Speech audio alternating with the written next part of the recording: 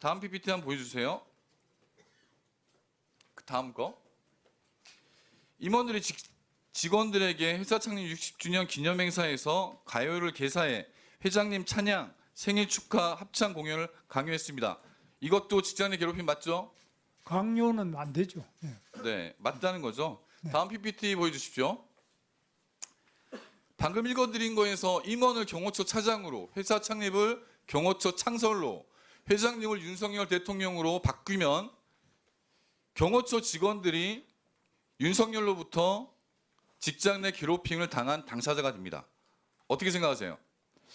이 점은 이제 자세하게 봐야 되겠습니다만. 이 점은 갑자기 일단 강요, 자세히 봐야 됩니까? 여기 의원님이 쓰신 강요라고 하는 것이 강요인지 이런 부분은 확인해야 아니 되겠습니다. 방금 아까 전에 이거 맞습니다고 하시더니 이거는 또 다시 봐야 되는 강요인지 봐야 되는 여부입니까? 이거 사실 대상이 바뀌었다고 해서 직장 내 괴롭힘의 법에 적용이 안 되는 건 아니지 않습니까?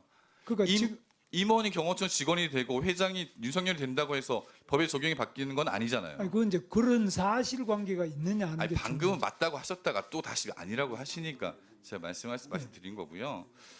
여기서 더 문제가 있습니다. 그 12.3 계엄 과정에서 윤석열과 그를 따르는 무리들은 경호처 직원들에게 더 심각한 직장 내 괴롭힘을 자행합니다. 문자 보십시오. 문자 보여주세요.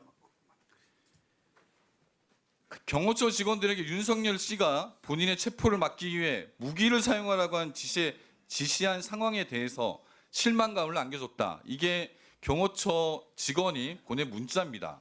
이게 언론에 나온 문자예요. 문제는 여기서 끝나는 게 아닙니다. 계엄 과정에서 경호처 직원뿐만이 아니고 우리의 수많은 군인, 경찰들, 그리고 공무원까지 업무상 적정 범위를 넘어서는 불법 부당한 업무 지시를 강요받았습니다. 대통령의 정치적 목적을 위해서 물리력 사용을 강요받았고 실체를 알 수 없는 작전에 투입되고 외부의 적이 아닌 국민들과 대치해야 하는 상황이 됐습니다. 결국 본인이 계엄군이라는 불명예를 안고 평생을 살아야 하는 트라우마가 생긴 겁니다. 현재 수많은 군인, 경찰들이 윤석열이 초래한 이 참사를 수습하기 위해서 노력하고 있는 중이고요. 이런 상황은 직장 내 괴롭힘에 충분한 요건이 된다고 보는데 장관님 생각 어떠십니까? 사실관계에 대한 정확한 확인이 있어야 되겠습니다. 아까는 되고 지금은 안 되고 이렇게 말씀하시지 마시고요. 아까는 사실관계 확인 여부 얘기 안 했잖아요. 좋습니다. 근데 거기에다가 장관님께서 지금 이렇게 괴롭힘의 행위자, 괴롭힘 숙에 윤석열을 복귀하는 것이 제일 좋다라고 말씀하셨는데 그것도 지금 같은 생각이시죠? 그렇습니다. 복귀하는 것이 가장 좋은 일이라고 생각합니다. 윤석열이 복귀하면 국민들과 공무원들이 또다시 계엄의 공포에서 떨어야 합니다. 이런 트라우마를 또 겪을 수도 있어요. 지금 방금 말씀하신 건 국민에 대한 2차 가해입니다. 직장 내 괴롭힘이 이런 문제라고 생각을 안 해보셨습니까? 제가 직장 내 괴롭힘을 국한해서 말씀드렸지만 국민들이 받는 고통, 그 트라우마를 어떻게 치유해야 됩니까?